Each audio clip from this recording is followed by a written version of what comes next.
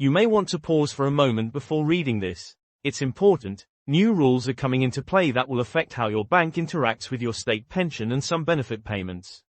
If you're 50 or older, you'll want to hear this carefully. It could change the way your money lands in your account. Let's walk this through together.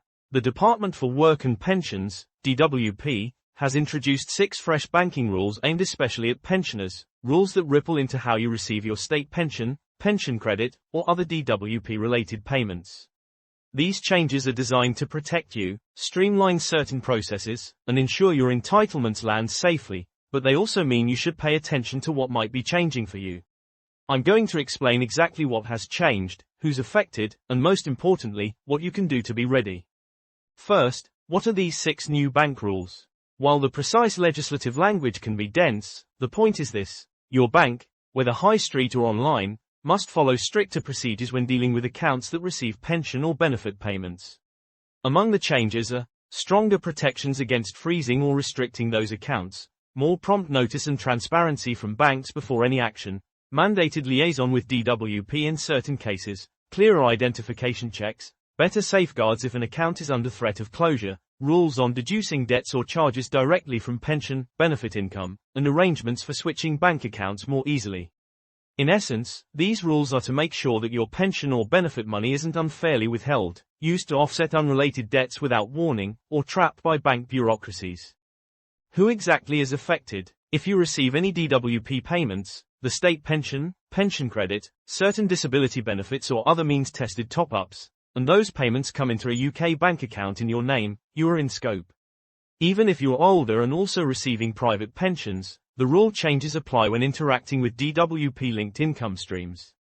The changes especially matter if a bank attempted in the past to freeze or restrict your account due to overdrafts, debts, or suspicion of fraud. Going forward, there must be stronger grounds, clearer notice, and fairer process before doing so. Why does this matter? Think of Margaret, aged 68, who relies wholly on her state pension and pension credit. A few years ago her bank attempted to freeze her account because of an unrelated debt owed by her adult son, against her name via mistake. She was left unable to pay for groceries or direct debits for some days, until proving that those funds were her protected pension money. Under these new rules, that kind of incident should face stricter scrutiny. Banks must confirm with DWP or show clear justification before touching an account that receives pension or benefit payments. For someone like you or me, that means far less risk of being cut off from our income by administrative action. Let me define a few terms so it's all crystal clear. Means tested refers to benefits whose eligibility and level depend on your income and savings. Pension credit for many older people is means tested, so your bank dealings around benefits can be more sensitive. Triple lock is the policy principle used for state pension increases, guaranteeing that each year the state pension rises by whichever is highest: inflation, average wage growth, or a fixed percentage. That's relevant because your income expectations depend on it. And pension credit is an additional top-up for those whose state pension alone leaves their income below a guaranteed minimum level. For many pensioners it's vital, and it too is covered by these new bank rules. One of the most reassuring changes is this: if a bank intends to freeze, restrict, or close an account that receives pension or benefits, they must give you clear written notice, with time to respond, and detail exactly why. You cannot simply find one morning that your money is held. You'll have a chance to argue that the funds are protected under the new rules. If the bank proceeds, they must liaise with DWP to confirm whether those funds are indeed benefit or pension payments. If they are, the bank must release them back or make arrangements so you can continue to use your funds.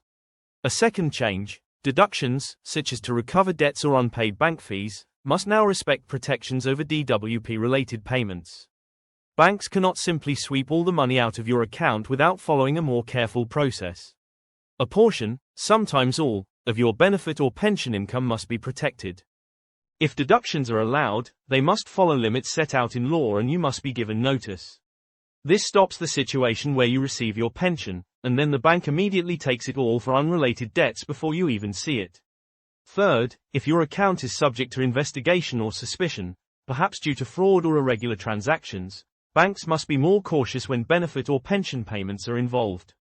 They must work with DWP and provide you with clarity, rather than simply freezing or restricting with little explanation. Fourth, switching your account. e.g. to a more pensioner-friendly bank, should be easier. Under the new rules, banks that receive DWP payments must support transfer requests more smoothly, with fewer hold-ups and less red tape. That gives you more flexibility to choose the account that treats you best. Fifth, identification or verification processes are being enhanced, but banks must act fairly.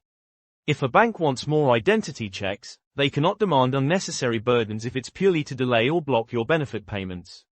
DWP-linked accounts should be treated with more consideration and clarity. Sixth and finally, banks must better coordinate with DWP when there is dispute or uncertainty. This means that when a bank questions whether funds in an account are benefit or pension payments, instead of acting alone, there's a formal path to resolve it, ideally with a quick back and forth between the bank and DWP so your payments aren't held up for weeks while they argue. Now, you might be wondering, will everyone see immediate changes? The answer is, not overnight. Some banks will already be partially compliant, others will need time to adjust internal systems. But these rules impose legal obligations, not just guidelines. In the months ahead, you should see more consistent treatment when dealing with banks about accounts that receive your pension or benefits. Let's imagine a couple more real scenarios. Suppose John, aged 72, receives his state pension into Bank A. Bank A sees an irregular pattern and threatens to restrict his account pending investigation. Under old practice, that might have happened with little warning. Under the new rules, Bank A would have to issue a notice, give John time to respond, check with DWP whether the funds are protected, and ensure he still has access to his money while the matter is resolved. Or take Sheila, age 65, who wants to move her pension, benefit payments to a new account, Bank B, for better terms. Previously the old bank might stall or delay giving the necessary references. Now they must cooperate more smoothly so the switch doesn't cut off her pension for days.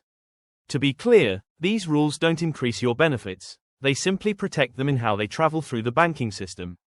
But that protection can be vital, reducing stress, avoiding sudden lack of access, and giving more agency over where your regular income is held.